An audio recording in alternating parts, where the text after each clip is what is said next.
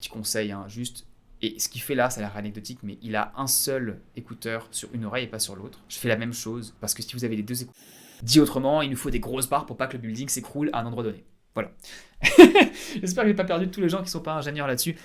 Tout à fait d'accord. Tout ce qui se comprend aisément s'explique facilement.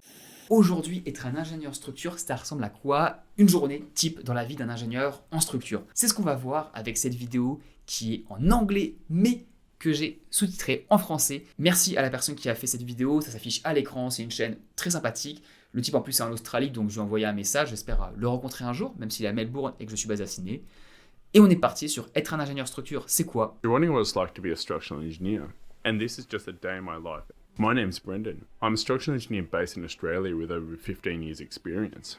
And basically, I design buildings to stand up, whether that be under lateral or gravity forces. C'est trop cool cette vidéo, c'est pour ça que je voulais vous la montrer. Il y a pas mal d'images des logiciels qu'il utilise en vrai. C'est ce qu'on va regarder.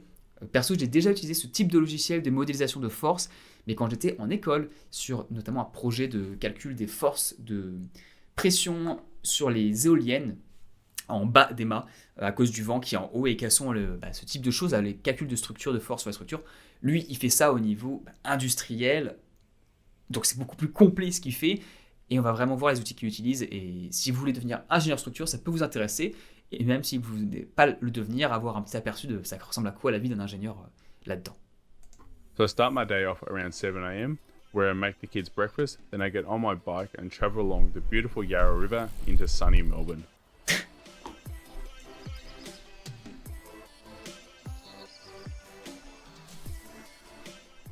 Obviously just getting in the office around 8:30, 9 o'clock. About to start the day. So let's get into it and see what happens.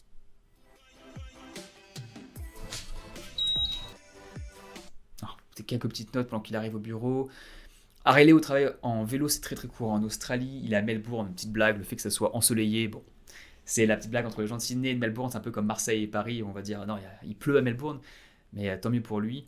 Et il arrive dans le bureau, avoir un petit badge, ça c'est classique. Alors il y a des systèmes en Australie où quand tu connais pas, c'est un peu confusing, ça peut être bizarre.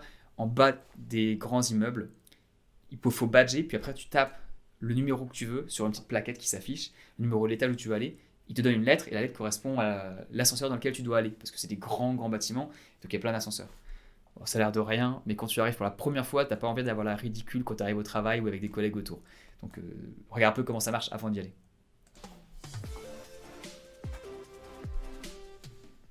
Generally, I start my day by opening up my emails, putting a plan together of what needs to be done, and potentially even some writing of reports. I generally like writing reports early in the day, as it allows me to check them in the afternoon when I've cleared my head to ensure that I'm happy with what's been written. Sympa le petit bureau là. Il prend un petit café, il a la vue sur Melbourne. Culture du café est très présente en Australie. Là, il est fini, on peut voir le lait, on peut même avoir son petit flat white ou son latte ou son So mocha. the first task of the day.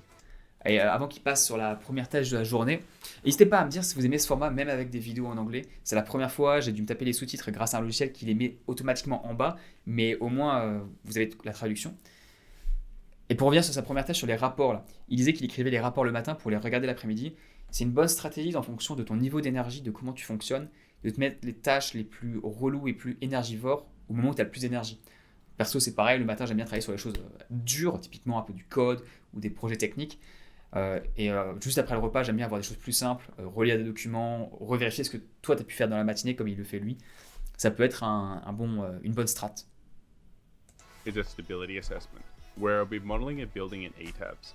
ETABS is a 3D modeling software that allows us to assess the structure for both gravity and lateral forces. The lateral forces can consist of either wind or earthquake. As you can see here, it also allows us to assess the modal behavior of the structure to see how it behaves under a dynamic action.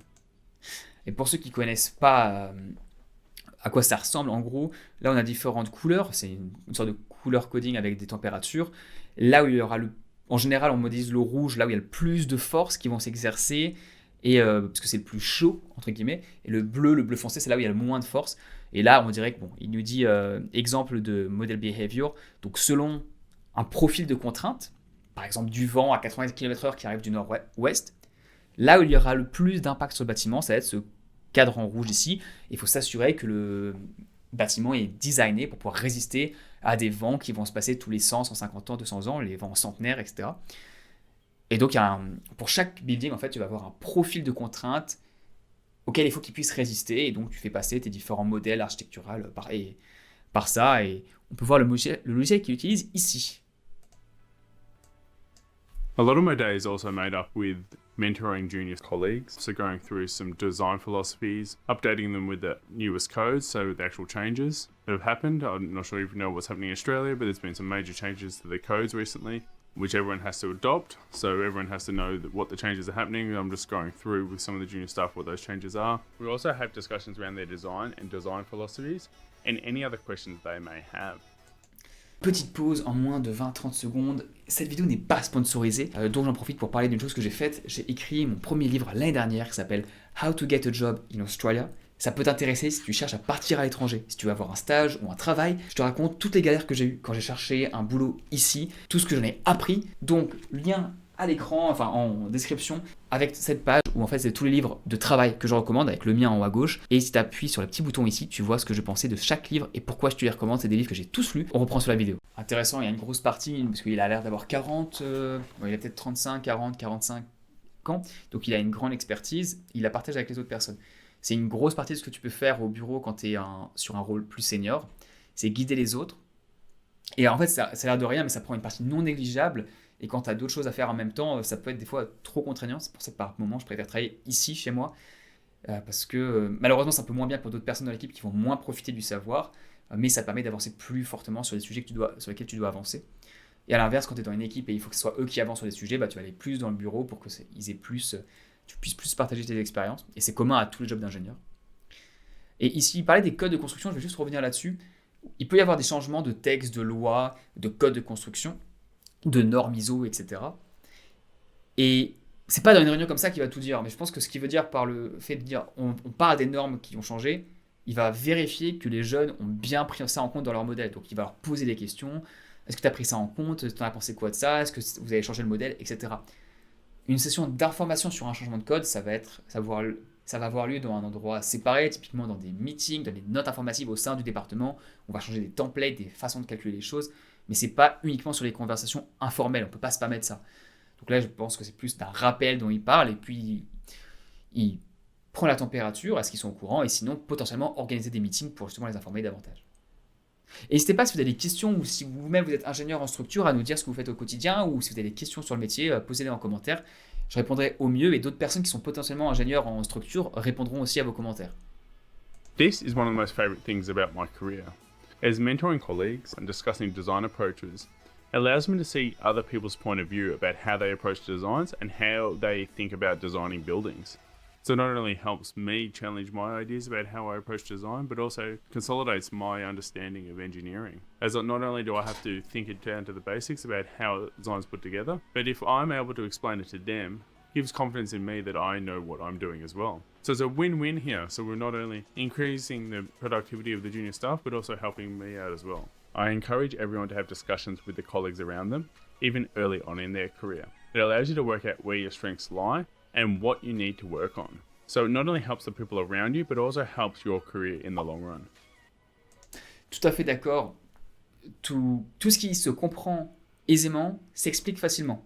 Et si vous n'avez pas expliqué quelque chose à un collègue, c'est que vous n'avez pas vraiment compris vous-même. Donc je vous encourage à travailler cette capacité, à partager ce que vous connaissez toujours au maximum. Ça sert à rien de le garder par soi-même. La vraie compétition, elle est ailleurs, c'est pas autour de vous. Et plus vous partagez, plus vous êtes vu comme quelqu'un qui peut justement aider les autres à monter, plus vous serez aussi vu par le management comme une personne qui peut monter, parce que vous avez les capacités de leadership et de mentoring. Donc ne gardez pas les choses pour vous en mode il n'y a que moi qui veux savoir. Ça peut marcher en court terme, mais ça marche pas en long terme, et c'est pas la meilleure strat, à mon avis.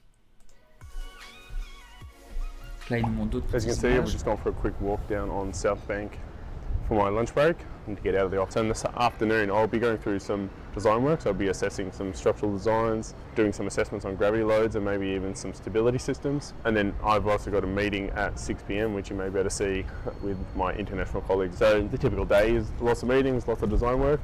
Currently in the office all day, so I'm not actually meeting any architects at the moment because of the stages that my projects are in, but that's where we're currently sitting.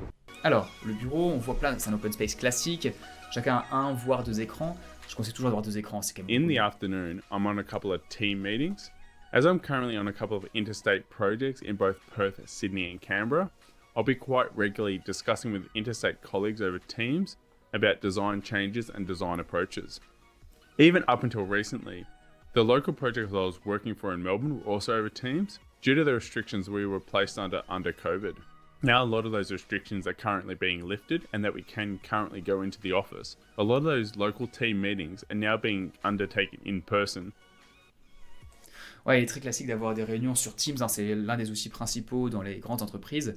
Teams étant je sais pas comment on dit, bref, le chat, le WhatsApp de Microsoft, et c'est le logiciel utilisé en entreprise pour faire des réunions d'équipe. C'est pour ça que là, il est sur son écran, mais il est en meeting avec son headset pour le micro pour parler. Et d'ailleurs, un petit conseil, hein, juste, et ce qu'il fait là, ça a l'air anecdotique, mais il a un seul écouteur sur une oreille et pas sur l'autre. Je fais la même chose, parce que si vous avez les deux écouteurs, vous allez potentiellement parler très fort et gêner tout le monde autour de vous. Alors que si tu enlèves un des deux écouteurs, tu entends le volume auquel tu parles et tu ne vas pas parler trop fort. C'est aussi pour ça que là, j'ai le retour du son de la vidéo via ces petits écouteurs qui est relié au micro qui est là. Paf. Mais pourquoi est-ce que j'en mets qu'un seul? C'est parce que je veux entendre le volume auquel je parle pour être sûr que mon volume sonore est relativement constant. Et c'est pareil pour lui, et je vous conseille de faire la même chose dans vos appels en réunion, dans les salles de réunion. Enfin, dans les bureaux. So just back to some stability modeling, if you saw the model earlier. So I'm just designing the wall to resist the lateral force from wind and earthquake. Alors, on va faire un petit arrêt sur image sur des fichiers Excel et tout ça pour voir un peu à quoi ça ressemble vraiment. Donc ça a l'air d'être une feuille avec pas mal de calculs, pas mal de simulations qui ont lieu. Voilà, actual minimum. Et après, on voit des cellules en vert et en rouge. C'est assez classique d'avoir des cellules qui changent de couleur en fonction si les conditions sont atteintes ou non. Et là, on se dit qu'il y a des petits problèmes pour les 3 premières. Et qu'est-ce qu'il va faire? On ne sait pas, hein, ça dépend des calculs, mais assez classique de travailler avec des documents comme ça. Sizing up the reinforcement that needs to go in the wall to resist those lateral actions. Concrete is essentially good under compression forces, but weak under tension. So it needs steel reinforcement inside the wall to resist those tension forces. Ouais, et on va juste revenir sur un petit point qu'il a fait là. Vous avez vu qu'il a changé. Ici, on voit le diamètre de la barre. En fait, c'est les diamètres des barres d'acier qu'il y a dans le béton. Et là, on est du N20. 20, c'est 20 mm. N, c'est le nom de la barre. Donc, on va avoir N20, N24, N30, etc. En disant N20, N30, N25. N20, N25, N30. Et il y a sûrement en fait des calculs derrière cette page qui vont faire que quand tu prends la barre de N20, qu'est-ce qui va se passer dans d'autres circuits.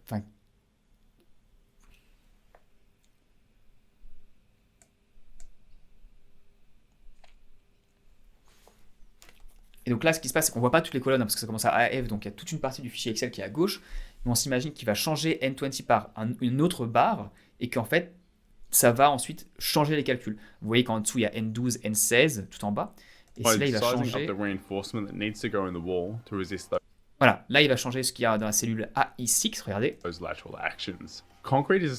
Il a changé N20 en N24, qui a changé pour les 3 du haut, et là, tout d'un coup, les cellules en rouge ont été automatiquement calculées pour vérifier que les conditions de design soient respectées ou les conditions de contrainte.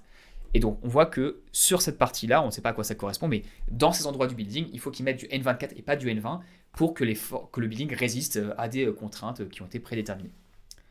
Dit autrement, il nous faut des grosses barres pour pas que le building s'écroule à un endroit donné. Voilà. J'espère que j'ai pas perdu tous les gens qui sont pas ingénieurs là-dessus, mais on avance un peu. Mais c'est hyper intéressant et c'est vraiment le type de fichier que vous allez être amené à créer lorsque vous êtes ingénieur en entreprise et que d'autres collègues vont créer avec lesquels vous allez devoir apprendre à jouer. Donc gros conseil, devenez excellent sur Excel, c'est hyper important. Et là, d'autres meetings. Il met des petites vidéos d'illustration. Là, il explique des choses. C'est bien, il explique avec sa main. Ça, je pense que pas qui. Je pense que on voit pas ses mains. Une chose qu'il faut bien prendre en compte quand tu expliques des choses avec tes mains sur une caméra, voilà, il faut bien mettre tes mains devant la caméra pour que ce soit clair. Parce que si tu fais juste ça là, ça sert pas à grand chose. Par contre, si tu dis il y a 2 parties, il y en a une ici et une là. Alors moi je fais par rapport à ma caméra d'ordinateur, mais par rapport à vous, ça ferait il y a 2 parties, il y en a une à gauche et une à droite. Parlons de celle-là. En faisant des grands gestes avec vos mains plus près de la caméra, c'est beaucoup plus visible pour ceux qui écoutent. Un petit conseil quand vous êtes sur Teams.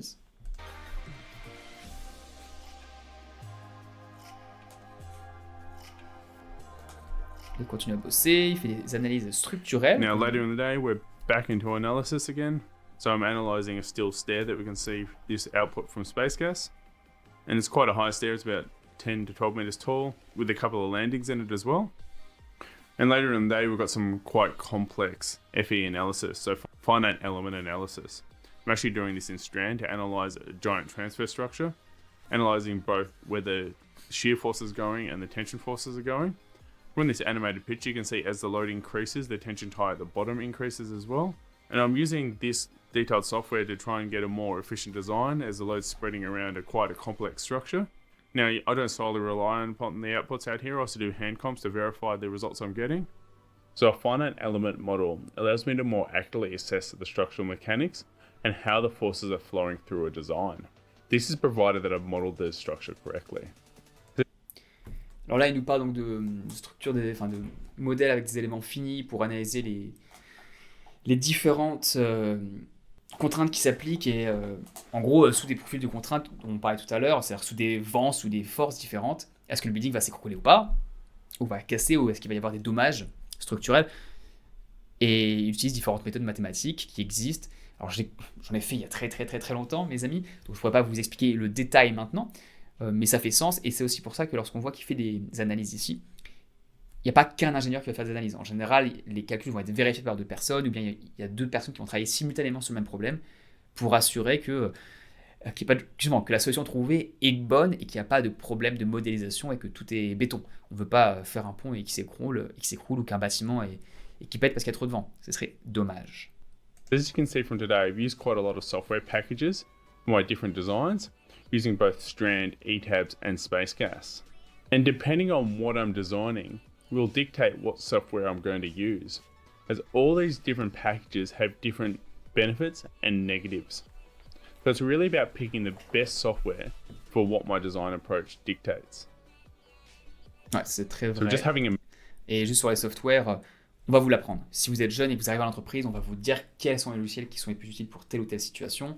Vous allez l'apprendre aussi un peu en études et je vous conseille de faire le plus de tests possible quand vous êtes jeune notamment pour comprendre quel logiciel pouvoir utiliser. C'est important parce que sinon vous allez perdre du temps énormément et il faut faire ses propres démarches. Je vais vous donner un exemple. Là, j'utilise Premiere Pro pour éditer mes vidéos. C'est le gros logiciel pour faire de l'édit de vidéos.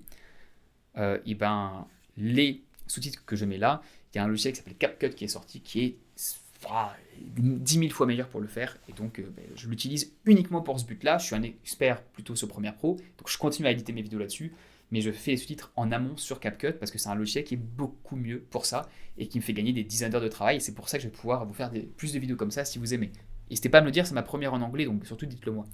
Ce que vous en pensez pas bien, vous me dites que vous n'aimez pas, il n'y a pas de souci. Tant qu'on est poli et bienveillant, il n'y a pas de souci. Mais bref, j'ai à 33 ans appris un nouveau logiciel il y a une semaine pour pouvoir mieux faire mon travail. Ici, ma passion. Et je vous conseille de faire de même. Continuez à faire des petits tests par vous-même pour vous dire est-ce que c'est vraiment le meilleur logiciel que j'utilise. Et c'est cool. En fait, c'est bien parce qu'on apprend les forces et les faiblesses de chaque outil. Et on a une grosse trousse à outils. Et plus la trousse à outils, on comprend les outils qu'on a dedans, mieux on va pouvoir faire son travail d'ingénieur. Meeting later in the day with an international colleague based in the UK. This is where we need to juggle time zones to make meetings that are appropriate for both of us. As you can see, as an engineer, you can work both across interstate and international borders. So engineering is really a career that can take you anywhere where you want to go. Alors, je ne l'ai pas dit tout à l'heure, je vais juste faire un petit point. En Australie, il y a plusieurs États. C'est une sorte de grands départements. Et ils travaillent donc avec des collègues qui travaillent comme si vous étiez à Paris, avec Lyon, Marseille, Bordeaux, Brest. Et donc, ils font des réunions en visio à distance plutôt que de les faire en face à face. Si ils travaillaient tous ensemble dans le même bureau, les réunions se feraient bien entendu en personne. Et d'ailleurs, petit point sur le bureau, parce que je pense que vous êtes jeune, vous ne connaissez pas forcément. Là, on peut voir qu'il relie son ordinateur. C'est classique d'avoir ces modules ici où il y a un fil qui sort, vous le connectez et tout se connecte automatiquement et tout a été géré par les ingénieurs réseau qui s'occupent du bâtiment et les câbleurs, etc. Et si vous voulez d'ailleurs voir une vidéo là-dessus, j'ai interviewé un ami qui est ingénieur réseau et qui a fait câbleur quand il était jeune. Donc il nous explique un peu comment ça marche en vrai. Mais c'est typiquement ce à quoi ça peut ressembler. Et selon les bureaux, il faut que vous ameniez ou non une souris. Parce que les claviers sont en général présents, mais les souris pas forcément.